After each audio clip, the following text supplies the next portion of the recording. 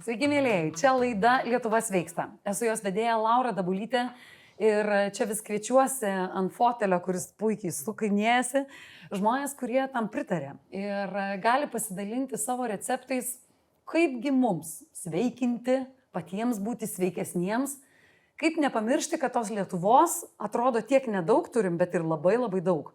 Skirtingos, su savais, kaip mes sakydavom Alytuje, pričiūdais, įvairiausių dalykų su jie būna. Šiandien čia pasikviečiau žmogų, kuris labai noriu, kad papasakotų daugiau ne tai, kas sostinėje, laikinojoje sostinėje vyksta, o tai, kas vyksta, mes galim vadinti periferijoje, bet taip visai nėra. Vyksta ten, kur mes gyvename. Gintaras Pikūnas čia, kuris yra Raseinių ligoninės vadovas ir jis yra Lietuvos ligoninių asociacijos viceprezidentas. Taip. Gintarai, labai daug turi, aukštų titulų. Čia gal ne titulai, čia atsakomybė yra. Aha. Titulas, tai su titulu nieko daryti nereikia, o su atsakomybėm reikia. Tai ko dar nepaminėjau, kad pats esi chirurgas? Aš esu bendrasis chirurgas, tai tokia mano iš tikrųjų plati specialybė. Žinai, yra posakis, kad jeigu jau leisi geram profesionalui būti administracijos vadovų, tai neturėsi nei to, nei to. Kaip tu derini šitus vaidmenis? Iš tikrųjų, tai taip, čia toks vienas minusas tos administracijos. Dažniausiai, kas patenka į administraciją vienokią ar kitokią, tai jau su tuo profesiniu keliu po truputį ir tenka rinktis. Nes laiko mažėja. Žinoma, natūralu, bet kažkaip esam, kalbant apie ligonę, surinkę labai puikią komandą, tai pavyksta labai gerai suderinti viską. Praėjo kokie 3 metai ir aš dabar taip, pažiūriu, jau labai džiaugiuosi iš tikrųjų. Kai manęs nebūna, nieks nesugriūva. Viskas sukasi taip, kaip turi suktis. Čia svajonė. Jo, tai jau kai kiekvienas žino, ką turi daryti. Super. Aš noriu pakalbėti apie tai, kad labai daug žinau apie Kauną, apie Klaipėdą, apie Vilnių. Tikrai nuoširdžiai daug mes labai žinom. O kas vyksta, ką jūs asociacijoje veikėt? Kas susiję, aš suprantu, ne tik tai su didžiųjų miestų ligoninėmis? Tai reiktų iš tikrųjų pradžiai žinoti, kad žmonės ne tik Vilniuje gyvena ir Kaune, pusė žmonių gyvena miestuose, pusė gyvena regionuose. Savo asociaciją bandom atstovauti, bandom kelti tą sveikatos lygį tiek regione, duodam pasiūlymus, tam tikrus su ministerija bandom kalbėtis ir visai neblogai gaunasi. Tai Raseiniai, pavyzdžiui, imkim kaip pavyzdį, ne? Kiek jūsų gyventojų yra? Rajone yra apie 30 000 gyventojų, tai manau toks dažnas rajonas Lietuvoje, kur tas toks skaičius yra apie 30 000. Ir kuo ta ligoninė ypatinga? Ta ligoninė ypatinga visų pirma, kad tai yra sena ligoninė. Tai jei šitiek istorijos, tai yra pirma ligoninė Lietuvoje, kuri buvo pastatyta su balkonu. Su balkonu ligonėm. Tai tikrai tos ligonės reikia ne tik tam rajonui, bet ir gretimiem. Ir mes matom tą ligonių srautuose. Aš, pavyzdžiui, pati kiek suprantu, tai jeigu tau kažkas labai rimto, tai tikriausiai, kad jeigu yra automobilis, kuris gali tave nuvežti į kažkokį gydymosi centrą, ten ir veš. Jeigu kažkas yra, nežinau, pilvą reikia operuoti, aš galiu tai padaryti ir čia vietoje. Kaip žmonėms suprasti, kur ką gydo Lietuvoje? Taip, žinoma, tai visų pirma yra tam tikri klasteriai, tokie kaip traumos klasteris, insulto klasteris. Tai netgi jau ne tai, kad žmonės žino, bet ir, pavyzdžiui, greitoji žino, kad jeigu paims insultų susirgusį žmogų, tai veš ne tenai į artimiausią įstaigą, kas mano galva nėra gerai, o veš į insulto klasterį, tas pats su traumų klasteriu. Irgi tai tokie yra klasteriai, ką privalėtų žinoti žmonės, kad jeigu paims ir veš ne į artimiausią ligonę ir kažkur, o kadangi taip reikia. Tiesiog. Toks yra susitarimas. Jo, bet visokios elementarios paslaugos, jeigu ligonė teikia ekstra pagalbą skubę, tai taip žmogus važiuoja pas savį ligonę. Taip. Dar yra dalykas, kuriuo jūs, man atrodo, labai atsakingi esat, yra visos programos, kad aš vėliau nesusirgčiau. Jo, profilaktinės programos iš tikrųjų čia, taip žiūrint Lietuvos mastu. Kokiais operuojam skaičiais? Skaičiai sako, kad maždaug pusė žmonių pasinaudoja programomis, kurios yra finansuojamos valstybės. Čia jau kitas reikalas, ar žmonės nori jom naudotis ir kaip padaryti taip, kad jie naudotųsi. Tai jeigu kalbant nacionaliniu lygmeniu, tai mes tikrai europiniam vaizde prastai atrodom. Aš gal turbūt tai siečiau su tokia paslaugų centralizacija. paslaugą turėtum gauti, ar jinai profilaktinė ar ne, šalia namų. Tai jeigu paprastą mamogramą turi važiuoti ten pasidaryti 100 km, nu tai tikrai yra tokių, kurie spjaus ir tikrai nevažiuos. Tai mums matant tokius skaičius kažkaip reiktų galvoti, kaip tą paslaugą duoti žmogui prie namų. Nu ne, nu logiška. Todėl mes matydami Raseinių rajone, kad nu, vis tiek kyla tam tikrų problemų su rajono valdžios atstovais, sugalvojom tokį neblogą visai tokią programą ir vykdom savo profilaktinės programas. Kažkokį turit susitarimą su vietinė valdžia? Taip, vietinė savivalda skiria tam tikrą pinigų sumą, kuri šiais metais jau yra padidėjusi iki 30 000. Taip. Mes žinom profilaktinės sritis, kurias norim tikrinti ir tie žmonės tiesiog registruojasi ir eina. Ir kas iš to gauna naudą? Kur didžiausia nauda ateina? Žinoma žmogui. Tarsi, o ta suma kam keliauja? Ta suma keliauja arba išlaidom, pavyzdžiui, nu, kažkokį tyrimą padarai ir tą programą vykdančiam specialistui. O kas paskatina žmogų ateiti? Žinokit, kai skatinti iš tikrųjų nereikia, žmonės šitą dalyką, kadangi jau vykdoma ne pirmus metus, jie žino, jie laukia, kada mes paskelbėm ir kai tu paslaugą gauni šalia namų, jie puikiausiai atvyksta. Ir čia, jeigu tada jau prieinam prie tokios asociacijos, iš vis klausimų, kas yra pagrindinis, va, toks, kokia misija jūsų kaip asociacijos? Ką tokio su rajonų ligoninėmis jūs darote? Lietuvos ligoninėmis? Tai turbūt mes norėtum tas rajonų, regionų ligoninės išlaikyti tokias pilnos apimties ligoninės. Ar teisingai girdžiu žodį išlaikyti? Tarsi, kad jeigu mes tai, ką turime, liktų, gyventi galima. Taip, tai manau visi čia girdėjom apie tas pačias reanimacijas, kai buvo čia skalambėjama prieš metus, 2, kad tikrai naikins kažkur tas reanimacijas, tikrai čia jų yra per daug, čia per daug visokių lovų, visko. Tai vėlgi tie patys skaičiai, jeigu mes žiūrim europiniu mastu, tai nei čia pas mus per daug, mes stovim kažkur per vidurį. Nei tų reanimacijų per daug, nei čia jas naikinti reikia. O tai kaip Gintarai galvoja, kas čia vyksta? Kodėl tada mes čia norim taip daryti? Tai vėlgi ta centralizacija, čia toks pasenęs valdymo modelis. Tai visi tą praėję jau seniai. Europos šalis? Taip, nu čia kažkada skaičiau, kad tokį straipsnį, kad reikia mum Danijos modelį, nu tai visiškas juokas.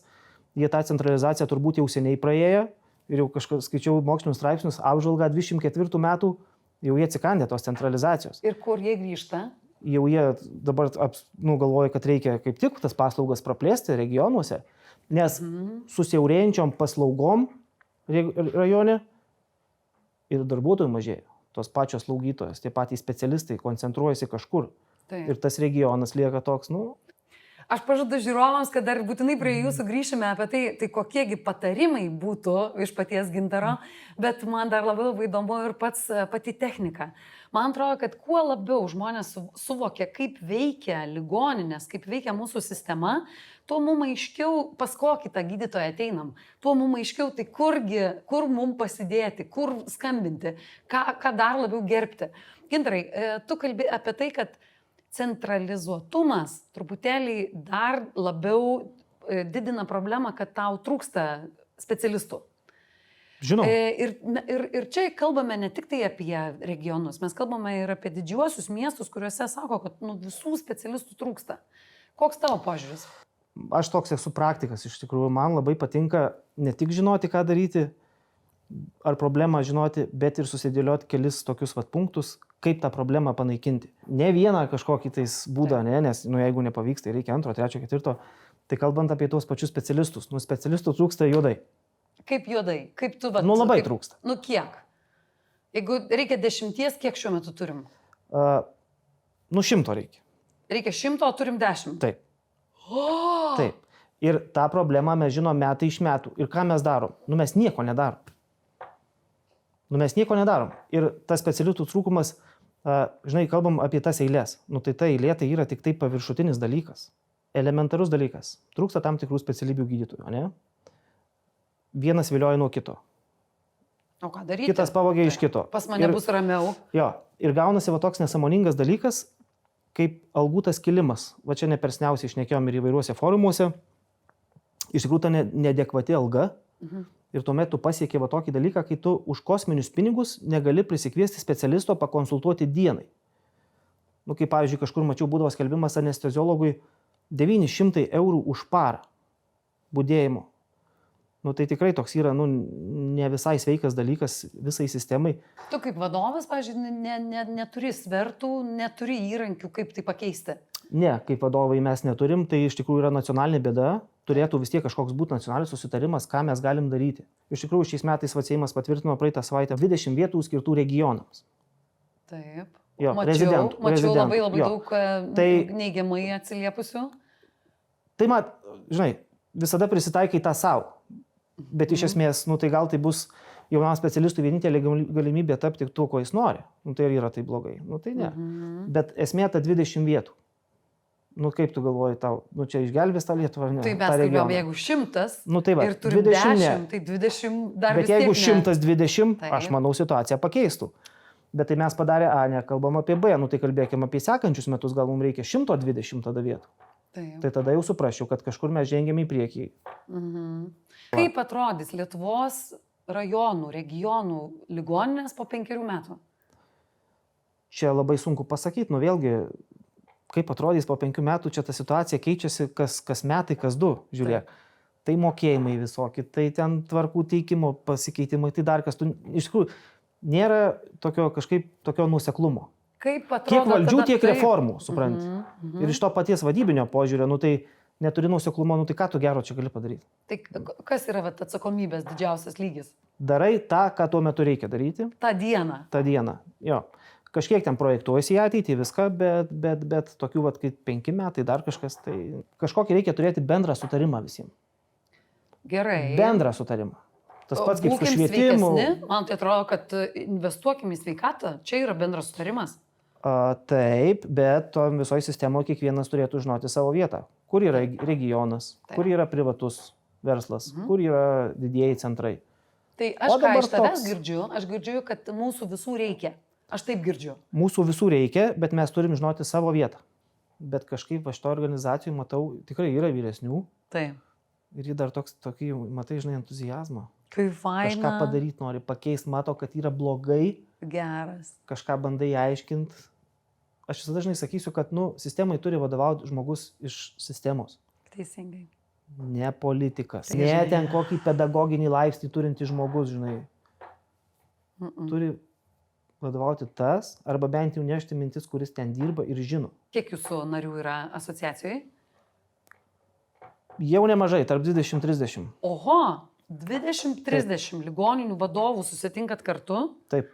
Kas yra jūsų, toks, suprantat, kad be šito klausimo neišsiskirstysit?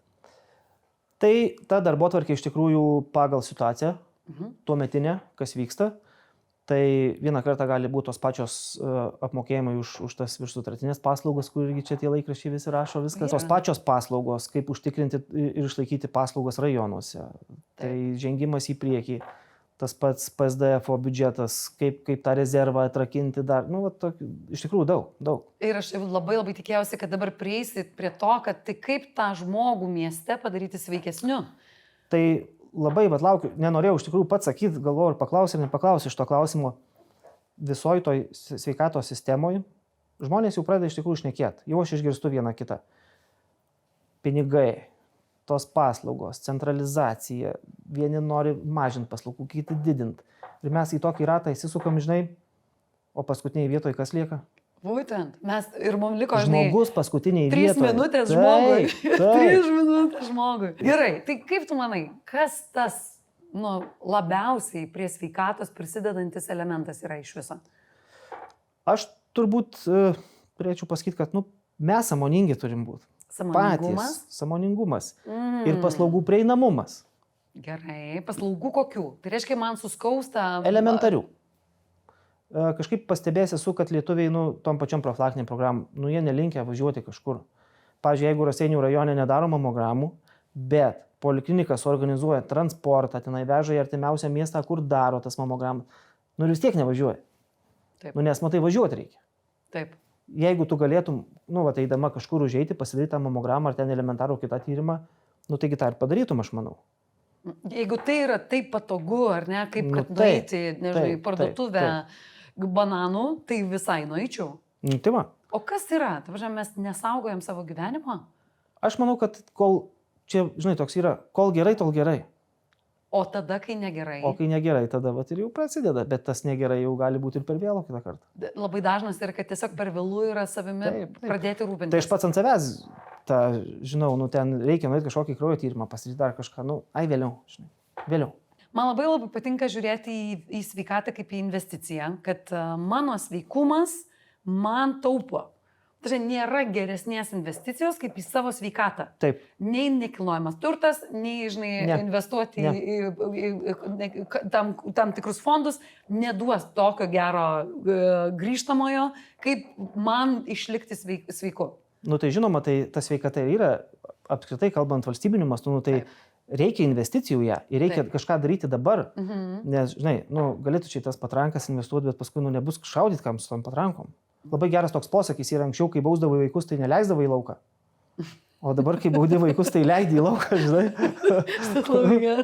Jis labai geras toks posakis. Tai prie sveikatos prisideda viskas. Kad tai tavo buvimas lauke, tavo žiūrėjimas, tavo kraujo pridavimas, jeigu tau taip reikia. Taip. O vėliau, nes man kažkoks jausmas, kad vienintelį dalyką, kuriuo iš tikrųjų turėtumėm rūpindamėsi tėvais ir artimaisiais, yra pasirūpinti, kad jie bent nueitų pasitikrinti sveikatos, bent pasinaudotų tuo, ką valstybė suteikia net nemokamai, ar ne? Ir jausmas, kad mes čia kažkaip paliekam. Labai dažnai sakom, tai jie gal nelabai turi ką veikti, gal nueina pas tas į tą pasitikrinti. Kaip tu galvoji? Labai iš tikrųjų gera mintis, pasirūpinti savo artimu. Taip. Gal ten visą plačią giminę reikia rūpintis, bet bent jau savo tėvais. Gal pamiršo, gal kažkas kito, bet priminti vieni kitiems taip. Ir ta privati informacija, kuri šiaip jau labai privati, yra pasakoti kitiems, ne šiaip savo neprieinam prie duomenų kitų žmonių, ar ne tik prie savo vaikų.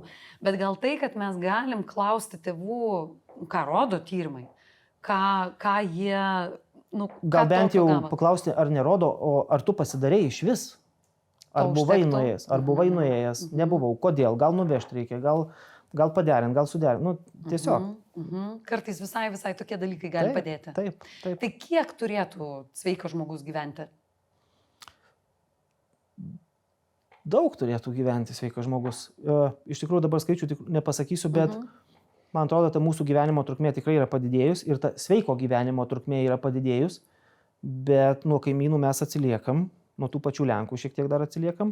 Ta gyvenimo trukmė tai toks visuotinis supratimas turi būti. Ta pati profilaktika, sveika gyvensena, viskas. Taip. Ir prieinamumas. O tuose žodžiuose, kas tuose žodžiuose, Gintarai, tau yra? Tas, sveika gyvensena, mytyba, kas po jais tau pačiam yra? Sąmoningumas, apie kurį tu pasakoji? Jo, sąmoningumas ir vis tiek aš taip jau matyt ir mirsiu taip įsikandęs, kad tas paslaugas turi gauti prie namų, kuo arčiau namų. Mes kažkaip jau su tuo mobilumu lietuvių pakalbėjom, kad čia sunkiai vyksta. Taip. Kažkaip tą padaryti valstybiškai, tuos žmonės kažkur vežioti į tas paslaugas, dar kažką, tai turim tą pavėžėjimo paslaugą. Aš sakau, Lietuva sveiksta ypač vasarą. Nes tiesa yra, kad, pamirštam gal ir maisto papildus, gal ir dar kažką pamirštam, bet to judėjimo, to tokio, buvimo gamtoje jo tikrai atsiranda kur kas daugiau. Kas tavo paties, gal net nusiteikimas, kad tokio tikrai darysi, nes vasara? Svarbiausia nesinervuoti. Oi, kaip čia dėjai. Svarbiausia nesinervuoti, nes visos ligos yra tik nuo nervų. Ir dabar jau prašau, kaip praktikuojantis gydytojas, prašau, kaip? Kaip? Paprastai, Leisti laiką su šeima, su draugais, rūpinti savo sveikata, svarbiausia gerai pailsėti. 8 valandos, ar dar kažkas čia yra? Miego, ar kas? Šiokį tokį turėti režimą, vengti streso. Iš tikrųjų, tas stresas tai nėra blogas dalykas. Kad mes taisyklės jau visi žinom. Dabar tik tai po truputėlį vis daugiau jų įsileisti į savo gyvenimą. Čia Lietuva sveiksta. Pasimatysime ir vėl. Iki. Geras! Esi prigautas. Esi prigautas.